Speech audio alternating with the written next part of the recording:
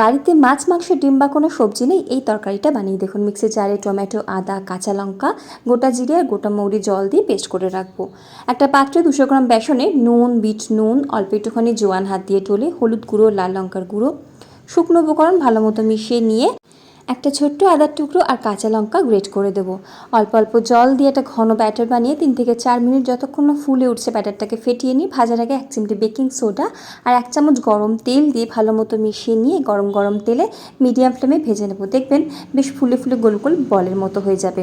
এর থেকেও ছোটো করে ভাজতে পারেন। দেখুন কত নরম আর স্পঞ্জি হয়েছে। ওই ভাজা তেল অন্য একটা কড়াইতে নিলাম, ফোড়নে তেজপাতা, গোটা জিরে, হিং দিলাম। ফোড়ন থেকে সুন্দর গন্ধ এলে বেটে রাখা মশলা এর মধ্যে দিয়ে দেবো। 1 চামচ বেসন, কষাতে কষাতে হলুদ গুঁড়ো, লাল লঙ্কার গুঁড়ো, স্বাদ মতো নুন। মশলা কষানো হয়ে গেলে গরম জল দিয়ে ফুলুরিগুলো দিয়ে 1 চিমটে চিনি, গরম মশলার গুঁড়ো আর ধনেপাতা কুচি দিয়ে 3 মিনিট ফোটালে রেডি তরকারি।